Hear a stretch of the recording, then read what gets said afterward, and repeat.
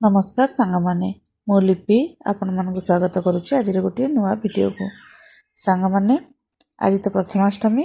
से चलतु आज आम हलदी पत्र पिठा तैयारी करवा से मु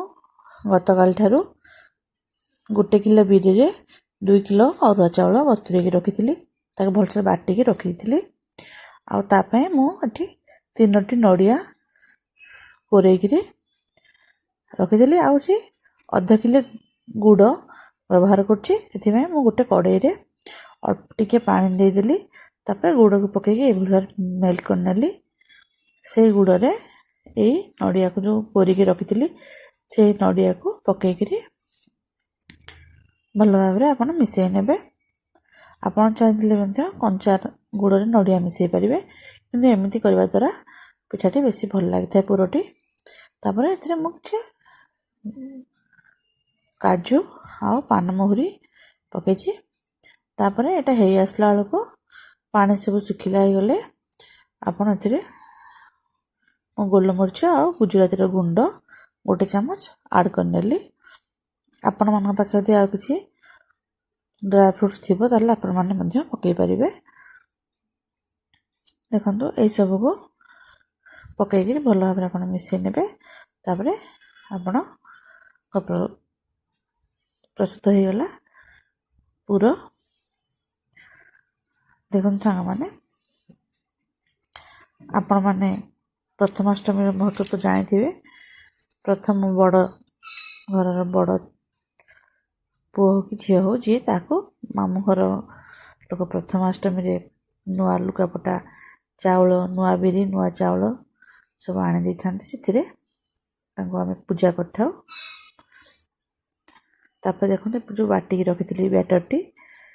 भल भाव में आम मिसई नहींचे से आम स्वाद अनुसार लुण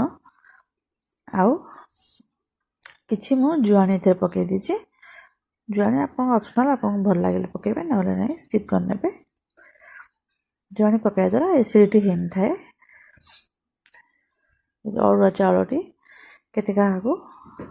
भल लगी था जुआणी पकेबा द्वारा मन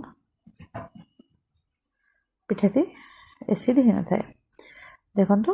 ये भाव से मिसई नवा तापर ये मुझे हलदी पत्र को रखी धोईकी आनी आपड़ बड़ बड़ पत्र हेल्ले 3 खंड 3 पीस कर काटी ने ना 2 पीस करी भाव में काटी ने बड़ पत्र गुड़ी 3 पीस रे काटी नहीं देखो सांग मैंने एबे आम यही पत्र भितर बैटर देकरी हमें पिठा करवा एबे गोटे जगार जो थे आम पानी बेले खंडे पकईकि गरम करनबा तापर गोटे ये भाव में स्टीमर नहीं पारे जदि आप किसी व्यवहार करने चाहूना आप इडली छांचर करें देखो हलदी पत्र रे मुझे बैटरटी बाटिकी रखी थी ये भाव में अल्प पिठा उपर देनेबी पिठारे दे सारा पर मझे पुर देकर पिठाटी को ये भाव में रखी देखु आपण देखो ये भाव में आप पिठा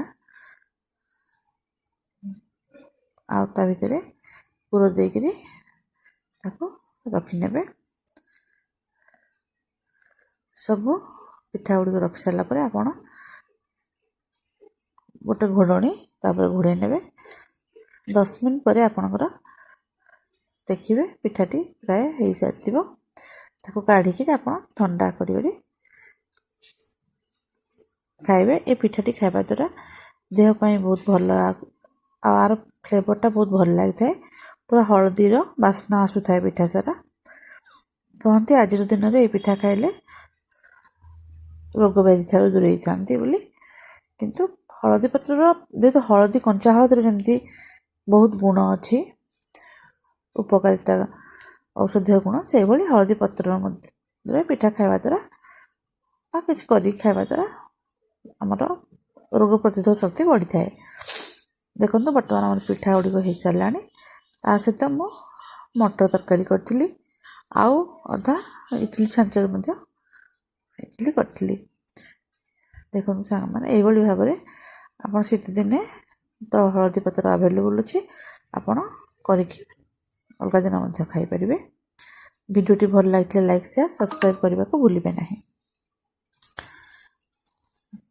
ଆଜି ମୋର 2 ଝିଅଙ୍କୁ ପାଇଁ ନୂଆ ଡ୍ରେସ୍ କରାହେଇଥିଲା ଆଉ ସେମାନେ ପ୍ରଥମାଷ୍ଟମୀରେ ପୂଜା କରିଥିଲେ। ଧନ୍ୟବାଦ ସାଙ୍ଗମାନେ, ନମସ୍କାର।